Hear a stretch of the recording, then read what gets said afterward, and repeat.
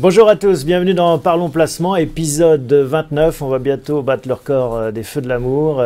C'est un épisode de plus. On est ravis de se retrouver ensemble pour ce dernier épisode de l'année 2016. Mais ne vous inquiétez pas, hein, cette série va continuer en 2017.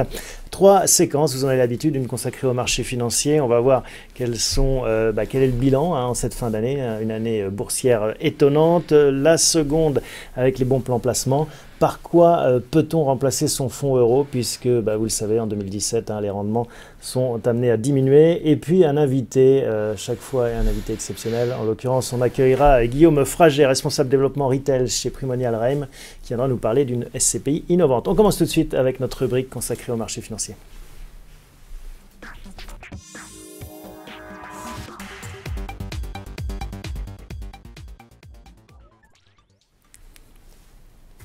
Bonjour Jonathan. Bonjour Thomas.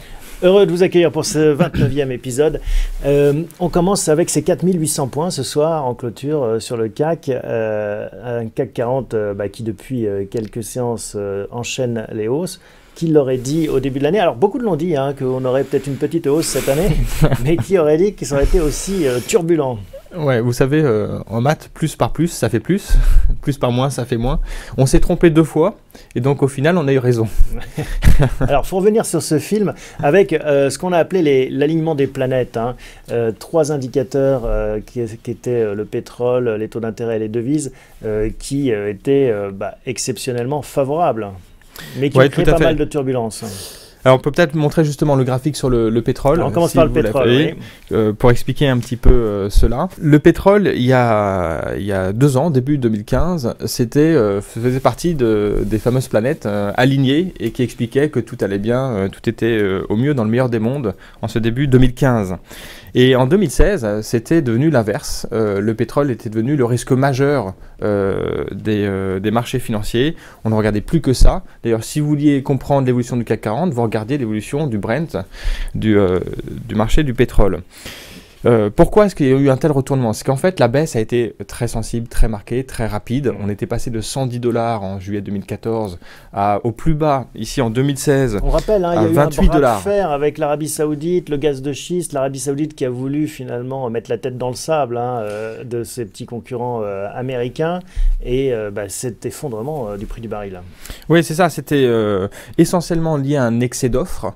Au même moment, quand même, il faut se rappeler qu'on avait des doutes sur la croissance mondiale. Donc, excès d'offres avec des doutes sur la croissance mondiale, ça fait un pétrole à 28 $. Qu'est-ce qui s'est passé ensuite pour qu'on reprenne les couleurs? On a doublé, en fait, entre le plus bas de l'année, 28 $, et hier, ce soir, même 56 $ sur le Brent.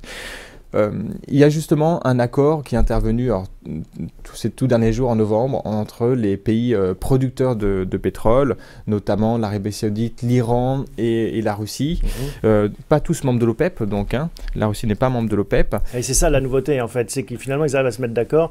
Ils représentent 60%, je crois, eux tous, de la production de pétrole. Oui, tout à fait. Il manque plus que les États-Unis en fait pour être à pratiquement 100%, mais on voit bien que d'abord l'OPEP seul ne suffit pas. Au sein de l'OPEP, c'était pas simple puisqu'il y a des pays qui sont carrément en guerre froide, il faut dire le mot, entre l'Iran et l'Arabie Saoudite. Donc c'était pas facile en janvier 2016 de dire il va y avoir un accord entre ces deux-là. Est-ce qu'on sent pas un effet Trump aussi derrière cette hausse des cours du pétrole? Parce qu'on voit l'effet Trump en bourse, clairement. Alors, il y a un effet Trump en bourse. Je ne suis pas sûr qu'il y ait un effet Trump sur le pétrole. Je pense que l'effet sur l'offre est essentiel, en fait. S'il n'y avait pas d'accord entre les pays producteurs, il n'y aurait pas ce rebond des matières pétrolières. Bon, en tout cas, un prix du baril qui fait du bien aux valeurs pétrolières et par ricochet au marché financier. On va enchaîner avec l'OAT, le taux de l'OAT à 10 ans, donc l'autre graphique. Là aussi, on a une courbe très impressionnante parce qu'on a vu des hauts et des bas et voire des très bas. Alors l'OAT, voilà, 10 ans. L'OAT 10 ans, donc on a vu des niveaux historiquement bas, c'était jamais vu auparavant. En dessous des 0,2%, 0,2, comme rendement pour du 10 ans. Je crois 0,05 ou 0,10 sur l'OAT 10 ans. Et si on regarde sur la courbe, l'OAT à 8 ans, à 7 ans était négative. Les taux étaient négatifs. C'est-à-dire qu'on empruntait, l'État français empruntait de l'argent et remboursait moins qu'il n'avait emprunté. Donc la situation de rêve pour un créancier. On revient là à presque au niveau du début de l'année en termes de rendement. Oui, on revient là encore au début de l'année. Donc c'est une année blanche, ouais. Finalement, une année pour rien. Mais il s'est quand même passé beaucoup de choses. Si on est là, c'est qu'en fait, on n'est pas comme dans la même situation qu'au début de l'année. Pourquoi? Parce qu'au début de l'année, il y avait un risque de déflation. C'était ça qui hantait les esprits. Depuis 2015 déjà, et on avait vu effectivement l'inflation baisser et a été tombée en territoire négatif dans la zone euro. En France notamment, on a eu du -0,1, -0,2 sur un an glissant. Ouais. Et ça, c'est dramatique, c'est catastrophique économiquement et socialement. C'est-à-dire qu'en fait, on n'a plus foi en l'avenir et donc là, du coup, on se met la tête, on va se coucher. Effectivement, et les prix n'augmentent plus, les dettes pèsent beaucoup trop, etc. Les gens ne veulent plus investir. Bon, c'est bon signe finalement, cette remontée des taux. Ça, c'est bon signe, parce que justement, ça montre que derrière, ça veut dire que l'inflation repart. Alors, c'est aussi lié au pétrole qui remonte, ça nous aide énormément, ça avait fait baisser les prix, ça les fait remonter. Mais pas seulement, au-delà de ça, et là, pour le coup, je vous rejoins, il y a un effet Trump qui est indéniable. Il avait commencé donc cet effet bien avant Trump, mais Trump est un accélérateur de ce scénario, qui est un scénario favorable pour ça. Et pourquoi Trump est un accélérateur? Faut peut-être en dire un mot, parce qu'il a une politique finalement très expansionniste, très agressive. Il est très expansionniste, il prévoit des baisses d'impôts pour les ménages, il prévoit des baisses d'impôts pour les entreprises, pour l'IS, et il prévoit un plan d'investissement massif de 1000 milliards de dollars sur plusieurs années, mais c'est considérable, et ça c'est expansionniste, c'est inflationniste. Et on a aussi Janet Yellen, on aurait peut-être pu commencer par elle, qui promet d'ici quelques jours, maintenant quelques heures, de remonter les taux. Oui, elle promet aussi que l'économie américaine entérine vraiment le retour, même si c'est tard, à meilleure fortune. Ouais. Oui, tout à fait. Et d'ailleurs, les indicateurs actuellement sont bien meilleurs. Elle a beaucoup hésité, elle hésite depuis l'année dernière. Elle va le faire, là, tout le monde le dit. C'est sûr qu'elle le fait. Là, on ne prend pas de risque en le disant avant qu'elle le fasse, je pense, cette fois-ci. Encore que tout est possible. Oui, tout est possible.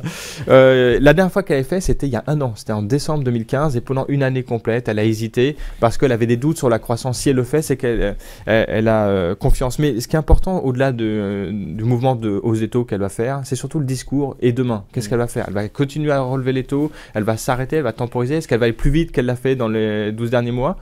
Ou au contraire, est-ce qu'elle va accélérer la hausse des taux? En tout cas, ce que vous nous dites, c'est qu'on avait peur au début de l'année de la déflation et cette peur a disparu à la fin de l'année. On peut le dire dorénavant. Oui, la peur de la déflation a disparu. On anticipe que l'inflation reparte en Europe, dans la zone euro, 1,3, 1,5. Donc ça a marché quelque part, ce quantitative easing des banques centrales.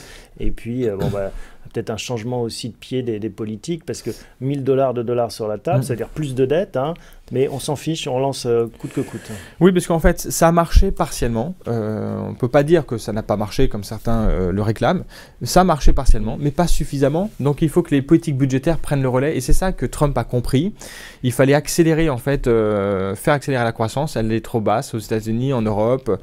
Donc il faut investir. La politique monétaire ne suffit pas. Un dernier mot donc sur le CAC, un dernier graphique, là aussi qui est un graphique intéressant. On va voir cette bourse qui revient aussi une année blanche, quasiment, on est à plus 3%. Ça peut aller plus haut dans les dernières semaines, ou revenir à zéro, on verra. Mais aussi une année compliquée. Une année très heurtée en fait sur les marchés. Au début de l'année, on a parlé, le CAC baisse beaucoup, moins 15% en un mois. Pourquoi? C'était le pétrole. On avait peur en fait que les sociétés pétrolières, parapétrolières fassent faillite.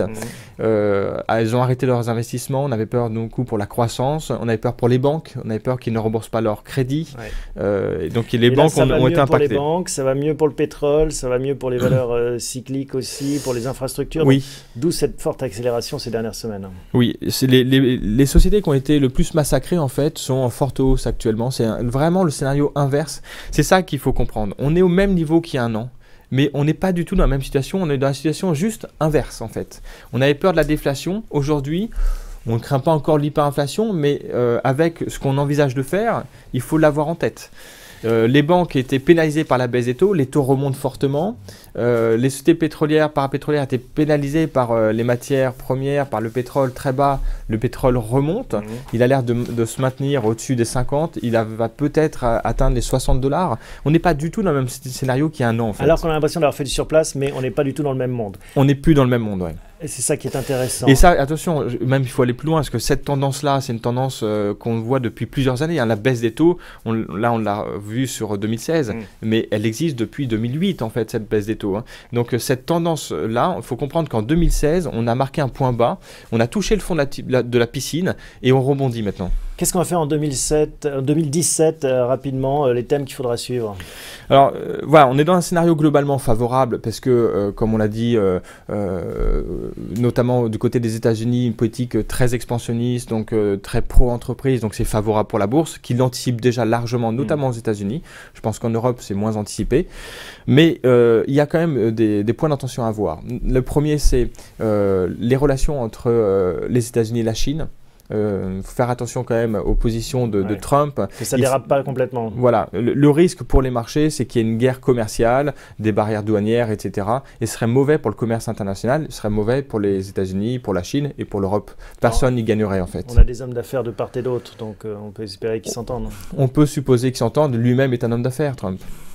Les autres sujets que vous allez regarder pour 2017 Le Brexit, parce qu'en fait, jusqu'à présent, on s'est dit le Brexit n'a pas eu de conséquences négatives. C'était pas un sujet pour l'instant. C'était pour l'instant pas un sujet, mais ce que je crains quand même, c'est que les négociations soient très très dures, beaucoup plus dures qu'on ne pense. Mais c'est les Anglais qui vont avoir mal, nous aussi. Les Anglais vont avoir très mal, nous un petit peu, mais eux, ils ont plus à perdre que nous. Et c'est pour ça qu'ils se sont lancés dans une guerre avec nous. On peut encore parler de guerre. Ils ont baissé le taux de l'IS. Ils veulent faire venir plein d'entreprises chez eux. C'est une bonne guerre. C'est de bonne guerre, mais du coup, on va devoir nous répondre durement à ça. Et puis peut-être un dernier match, politique monétaire, politique budgétaire. Oui, tout à fait. Ça va être vraiment le match de l'année en fait. C'est aux États-Unis qui va se passer entre Trump et Janet Yellen, la patronne de la Fed, face à une politique très expansionniste de Washington. Ben, il va falloir mettre en place une politique monétaire plus restrictive. Il va y avoir un vrai changement de pied et on va voir ce qui va se passer. Bon, c'est ça qui est passionnant dans les marchés financiers. Il faut rééquilibrer l'offre et la demande, essayer de concilier des intérêts parfois divergents. On voit qu'il y a de la matière pour cette année 2017 que vous commenterez avec nous. Jonathan, on en est ravis. Merci beaucoup. On se retrouve l'année prochaine. Avec plaisir.